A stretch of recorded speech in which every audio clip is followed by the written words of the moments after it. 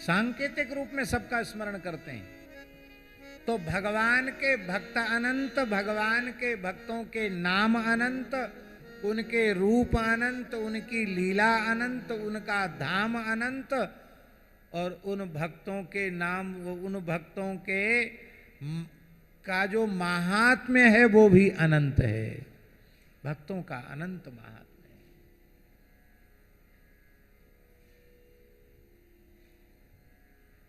आप आश्चर्य मानेंगे, मनुष्य योनि में तो भक्त होते ही हैं, संतों की कृपा हो जाए तो भोग योनि, पशु योनि में पड़े हुए जीव ही भक्त हो जाते हैं। बहुत पुरानी बात तो नहीं है, 100 वर्ष भी नहीं होंगे, 60-70 साल पुरानी बात होगी, अधिक से अधिक। यही मुरैना के पास पटियावारे बाबा सरकार रामानंद संप्रदाय के एक सिद्ध संत हुए, बाबा श्री राम रतन दास जी महाराज। पत्थर के पटिया पर बैठकर भजन किया, पटिया सिद्ध हो गया। बड़े उच्च कोटि के महात्मा, संपूर्ण सृष्टि राममय दिखती थी उनको, ऐसे महात्मा थे।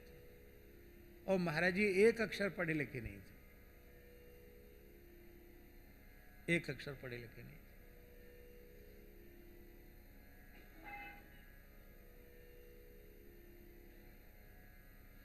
केवल नाम का आश्रय था, राम राम राम राम राम राम राम राम करते रहते थे, बस इतने से ही सब हो गया उनको। तो रोटी गांव से, आज परमहंस महात्मा थे, कोई बनाने खाने का चक्कर नहीं रखते थे। रोटी गांव से किसी भक्त के यहाँ से महाराज जी आ जाती और उसी को प्रेम से पा लेते, और कुछ आटा वगैरह रखते, कोई महात्मा आ गया तो अपने आप से बना खा लो, अपने लिए तो खाली वो गांव से रोटी आ जाती, उसको पाके भजन करते, 24 घंटे में एक बार पाते। और जो बची हुई रोटी, एक कुत्ता वहां रहता था, उसको दे देते, बची हुई रोटी उसको दे देते। उस कुत्ते की पूंछ कटी थी, उसका नाम धर दिया था उन्होंने बंडा भगत। क्या नाम रखा था?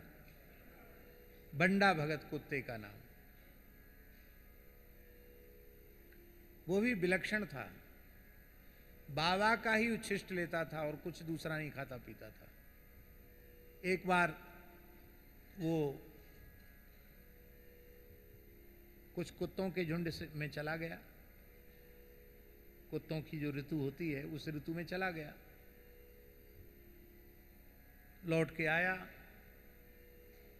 तो बाबा ने कहा तुम, हम यहाँ नहीं रह सकते, तुम जाओ, तुम विषयी लोलुप कामी भोगी कुत्तों के साथ घूमे हो, इतने दिन हमारी जूठन खाई, फिर भी तुमको भोगों से वैराग्य नहीं हुआ, अभी कुतियों के पीछे डोल रहे हो, अब तुम निकल जाओ यहाँ से, आश्रम की सीमा से निकल जाओ, यहाँ नहीं रह सकते, अब हमारी जूठन के तुम अधिकारी नहीं हो। किसको कहा महाराज जी? कुत्ते को। अब कुत्ता वहाँ अपराधी की तरह वहाँ से रोता हुआ गया और आश्रम की परिधि के बाहर एक गड्ढे में बैठ गया, अन्न जल त्याग दिया, उसके शरीर के रोएं उड़ने लग गए। लोग देखते बंडा भगत, मक्खियां भिन भिना रही हैं, लगता मर जाएगा ये। बाबा से प्रार्थना की, बाबा बहुत दंड दे दिया, वो अब कुछ खाता पीता नहीं, मर जाएगा, आप कृपा करो। बाबा के आंख से आंसू आ गए, बड़े दयालु थे। अच्छा हो गया, प्रायश्चित तेरा हो गया, ले ले, अपना प्रसाद दिया, बंडा फिर ठीक हो गया। कोई जमींदार ने कहा, महाराज, गूजर था, बड़ा आदमी था, उसने कहा महाराज मेरे यहाँ भंडारा है, उत्सव है, आपको तो आना पड़ेगा। महाराज बोले मैं तो यहाँ से कहीं बाहर जाता नहीं, किसी के घर द्वार पर जाता नहीं। नहीं महाराज आपको चलना पड़ेगा, बहुत पीछे पड़ गया। तो पटिया वाले बाबा बोले कि चलो ठीक है, अब कोई न कोई जाना चाहिए, तुम्हारा आग्रह है तो हमारे प्रतिनिधि के रूप में बंडा भगत पहुंच जाएगा। तो बाबा बोले बंडा, ए भाई कल इनके यहाँ भंडारा है, दावत है, चले जाना, भंडारा जीव ने चले जाना। वो चला गया महाराज। अब भैया महात्माओं का आदर होता, कोई कुत्ते को थोड़ी थाली परोस के रखता है, तो वहां किसी ने उसको पूछा नहीं। उदास लौट आया। तो बाबा ने कहा, कहो बंडा क्या क्या माल खा के आए? तो उसने बेचारे ने सिर नीचा कर लिया, भूखे आयो।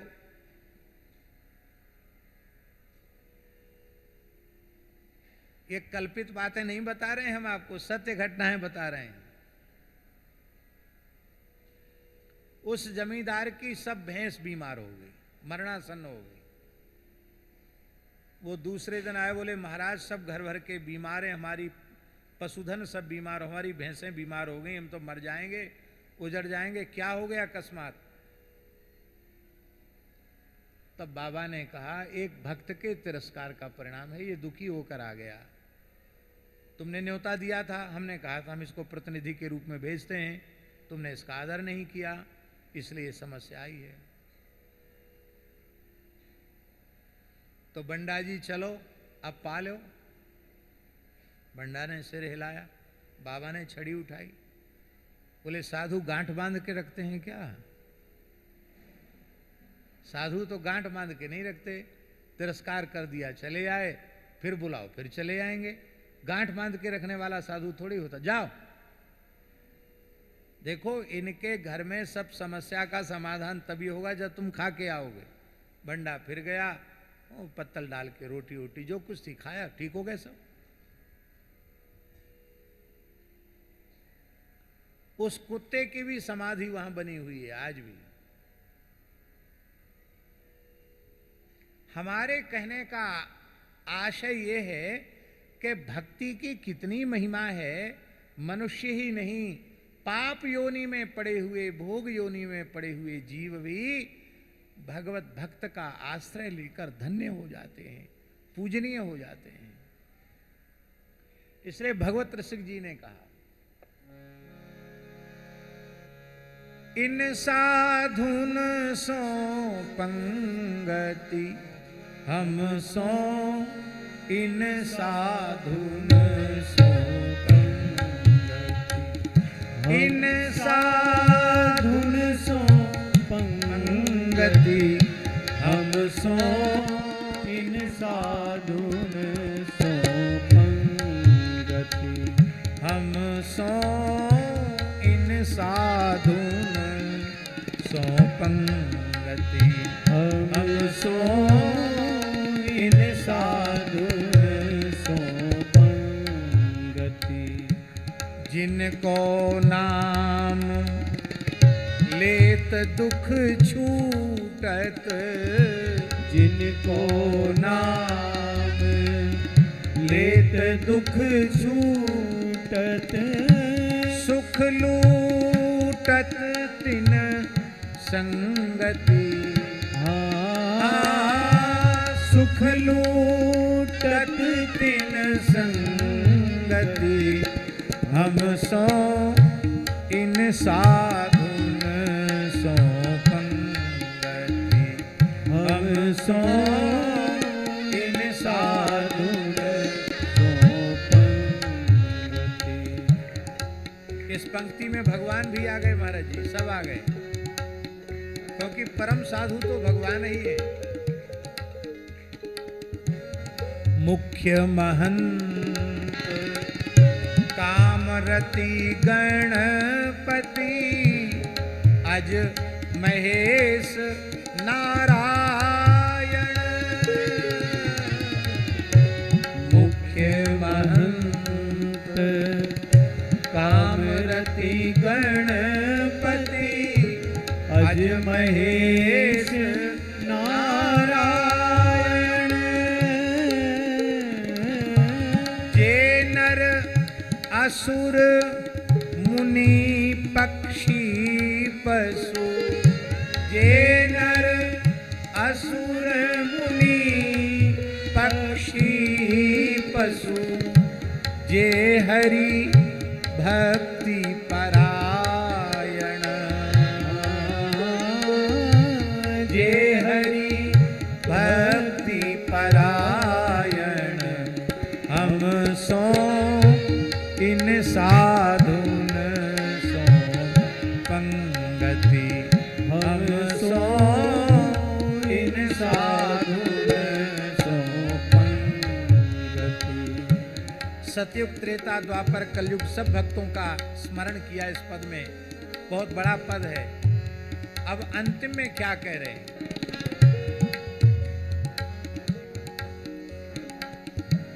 तीन लोक 14 भुवनन में भये होए हरि प्यारे। तीन लोक 14 भुवनन में भये होए हरि प्यारे।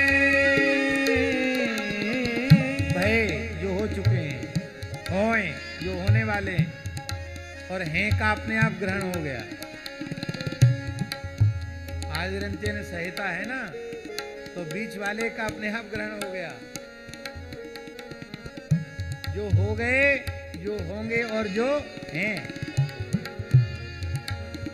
भूत भविष्य लोक 14 में भये होए हरि प्यारे। भूत भविष्य लोक 14 में भये होए हरि प्यारे। तिन तिन सौ व्यवहार हमारो। तिन तिन सौ व्यवहार हमारो। अभिमानिन ते न्यारे। अभिमानिन ते न्यारे।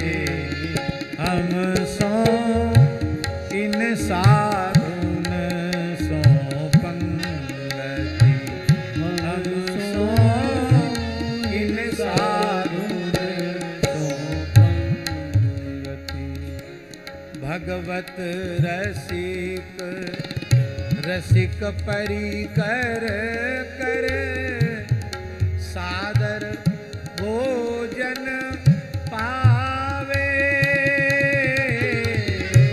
भगवत रसिक रसिक परिकर कर सादर भोजन पावे। ऊंचो कुल आचार अनादर। ऊंचो कुल आचार अनादर। ऊंचो कुल आचार अनादर। ऊंचो कुल आचार अनादर। देखी ध्यान नहीं लावे। देखी ध्यान नहीं लावे। हम सो इन साधुन सो पंगति। हम सो इन साधुन सो पंगति। हम सो इन साधुन पंगति। हम सो इन साधुन सो।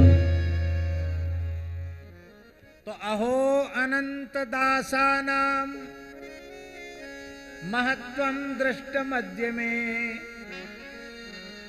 आज मैंने अनंत भगवान के अनंत भक्तों की अनंत महिमा को देख लिया, इसलिए अनंत दासानम कहा। क्या अनंत महात्म्य है? बोले कृतागसः अपि। आप तो निरपराध थे, आपका क्या अपराध? पर बिना अपराध के मैंने कोप किया, कृत्या को प्रकट करके कहा भस्म कर दे इस राजा को।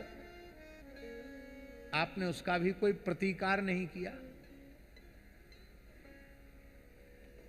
अयोध्या के गोकुल भवन वाले पूज्य परमहंस श्री राम मंगलदास जी महाराज बड़े उच्च कोट के सिद्ध संत हुए। आपने तो उनका दर्शन किया होगा, नहीं किया? आप काशी में थे। अद्भुत महापुरुष थे। सदुक्कड़ी वाणी है उनकी, उनके अनुभव ग्रंथ, उनके द्वारा भक्तों के तमाम चरित्र लिखे गए हैं। बहुत मोटी है, पढ़ने योग्य है, लेकिन बहुत साधकों के लिए बहुत, उनका जीवन चरित्र और उनका सब कुछ पढ़ने योग्य है। उनकी धाम निष्ठा, उनकी गुरु निष्ठा, सब कुछ अनुपम अद्वितीय। उनके गुरुजी थे परमहंस बाबा श्री बेणी माधवदास जी महाराज। उन्होंने अपने गुरुजी की सेवा की 5.5 वर्ष तक। जब गुरुजी अस्वस्थ थे तो 5.5 वर्षों में आधे क्षण के लिए वे सोए नहीं। ये कहने में बहुत सरल है, 24 घंटा बिना सोए दिखाओ।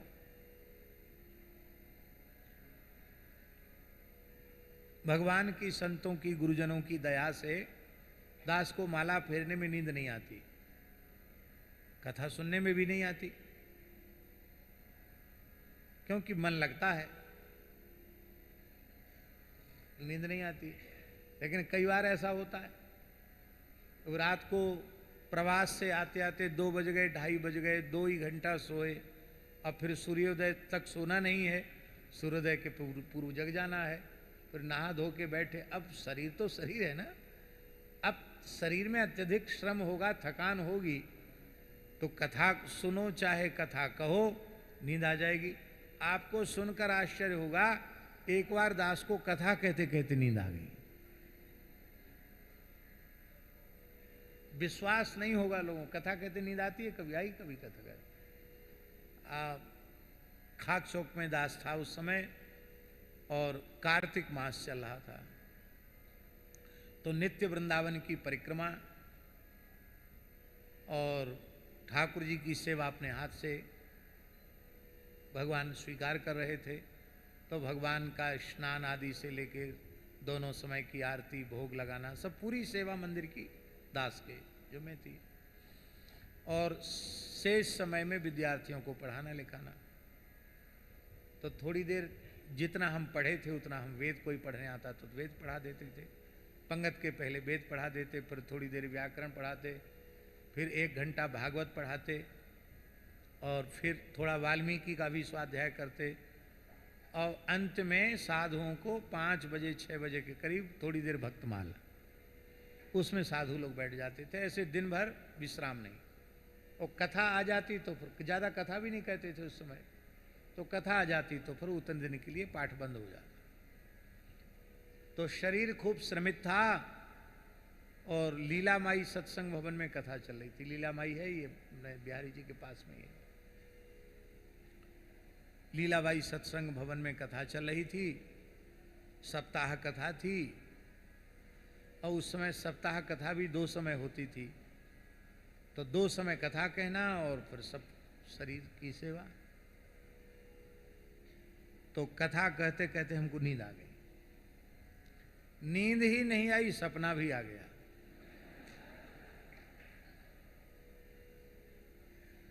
तो भगवान बालकृष्ण की माखन चोरी लीला कर रहे थे, बोल रहे थे, भागवत जी की कथा थी, ब्रज लीला कह रहे थे, और ऐसे ऐसे आंख बंद करके बोलते भी जा रहे, नींद आ गई। नींद आती स्वप्न शुरू हो गया। सपने में क्या शुरू हो गया कि श्री अयोध्या जी में सरयू जी के पुलिन में चारों लाल जी खेल रहे हैं। ये स्वप्न आया महाराज जी। तो हम वही वर्णन करने लगे जो दिख रहा था स्वप्न में। बहुत सुंदर अयोध्या जी, क्या कहें, मणिमयी अयोध्या जी हैं, सरयू जी का दिव्य पुलन है, श्री राम लक्ष्मण भरत शत्रुघ्न सब बालकों के साथ खेल रहे हैं, बड़ी अद्भुत क्रीड़ा हो रही है, और आकाश में देवता सिद्ध भगवान की बाल लीला को देखकर आनंदित हो रहे हैं, अयोध्यावासी आनंदित हो रहे हैं। तो लोगों को बड़ा आश्चर्य हुआ कि अयोध्या और बाल लीला कहाँ से आ गई है ब्रजलीला में। तो हमारे बगल में त्यागी जी महात्मा हैं अभी भी। तो त्यागी जी, जब जो लोग श्रोताओं को आश्चर्यचकित हुए श्रोता, तो त्यागी जी ने हमको ऐसे थोड़ा सा घुटना हमारा ऐसे किया, बगल में ऐसे बैठे थे, उन्होंने ऐसे किया, महाराज जी क्या बोल रहे हैं? हमने कह रहे हम तो सो गए थे। तो सब हंसते हंसते लोटपोट हो गए। तो अतिश्रम के कारण, पर भगवान की कथा की महिमा ऐसी कि कथा कह रहे थे इसलिए ऊट पटांग चीज नहीं दिखी, बढ़िया चीज दिखाई पड़ी। तो किस विषय में कह रहे थे, हम तो बात ही भूल गए हैं क्या? हाँ, हम ये कह रहे थे कि निद्रा का त्याग करना बहुत कठिन है। ये तो अर्जुन ही गुड़ाकेश हैं, सब लोग नहीं गुड़ाकेश नहीं हो सकते। तो राम मंगल दास जी महाराज 5.5 वर्ष तक नहीं सोए, और उनके गुरुदेव ने कहा, श्री बाबा परमहंस बाबा माधव बेणी माधव दास जी ने कहा कि अब तक किसी गुरु की किसी शिष्य ने ऐसी सेवा नहीं की होगी जैसी सेवा राम मंगल दास ने मेरी की है। और उन्होंने आगे कहा, महाराज जी शायद आगे भी कोई ऐसा पैदा नहीं होगा जो ऐसी सेवा अपने गुरुदेव की करेगा। और कहते गुरु सेवा से मेरे पट खुल गए, देवी देवता सिद्ध ऋषि मुनि खुली आंखों से मेरे सामने प्रकट होने लग गए। परम जी